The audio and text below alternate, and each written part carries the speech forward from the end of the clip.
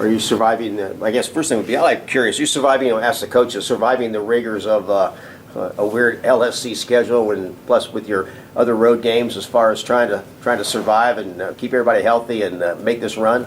Yeah, we've had a little sickness and guys are worn down a little bit, but it's all part of it, and we've gone through that the years past, and that going in, so you get prepared for it, and it's okay. What's one takeaway from the first loss in conference play? Well, I think I don't know if our guys understood how good every team is, and a record doesn't show that. Kingsville played a true Division II schedule. Every game that they played, there was against a Division II competition. They went on the road.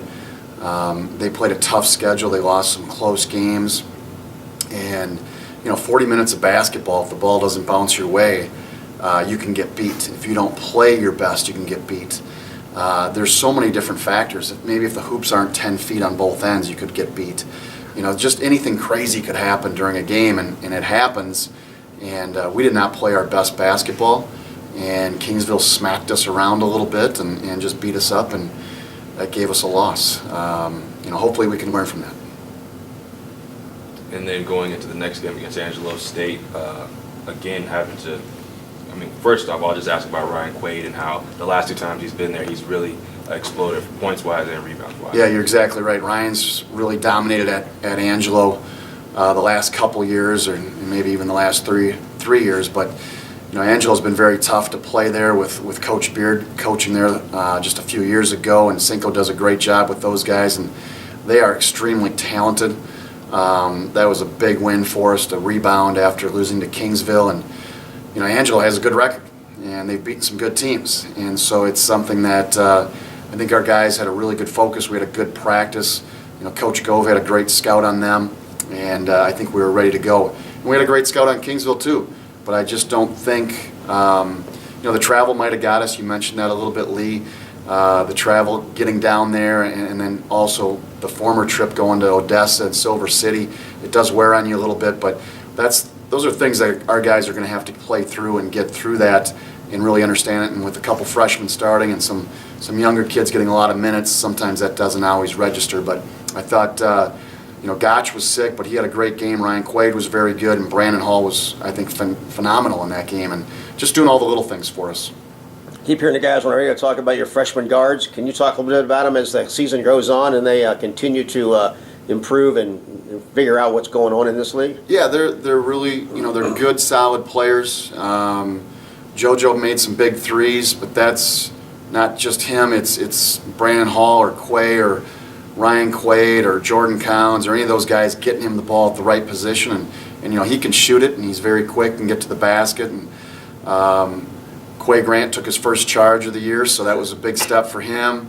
I was pretty excited about that. But it's not just the freshmen; it's everybody that's contributing, and those guys are going to have a vital role, as well as all of our guys. And it's something that you're really not a freshman anymore. You played this many games. You've started a lot of games for us. That's Quay Grant and JoJo Murray. So those guys are kind of grown up a little bit. But they are beat up a little bit. It's a tough making that jump from high school to college. And I think they're understanding that. Now we're back in classes. I think that'll really help with kind of getting them back into a routine, and especially with a couple big games coming up this weekend. Yeah, talk about just those big games, and finally you guys are back home. So. Yeah, Commerce on Thursday and then Tarleton Saturday, and those are the leaders. Those are the top teams in the conference right now. So watching them on film, they're both really, really good. It's something that we've got to be ready to play, and then the ball's got to bounce our way to get a W. And it's something that we'll probably see these guys maybe in the conference tournament. Maybe if we're lucky enough to make a regional, maybe we'll see them in a regional. And so it's something that you want to be ready to go for these games, give it everything that you have, and then if you do get beat, maybe you make some adjustments down the line. But our guys, we'll get them ready, and we'll be ready to go. Hopefully we have a great crowd on Thursday and Saturday. How do you match up with either one as far as, inside, outside? Anybody have any advantage over you with either position, size-wise or anything? They're both got good size. I think Tarleton has a big kid that's very multi-dimensional. Josh Howley, He can shoot the ball. He can post up a little bit. He's a good defensive player. They play a lot of zone. You never know. You never know what a team's going to do, and they might come on, pick us up full court. They might zone us. They might play man-to-man. You've got to be ready for everything. But and then Commerce has the Player of the Year on their team, or preseason Player of the Year. So both teams have some special players, very well coached, and it should be a good matchup on Thursday and Saturday.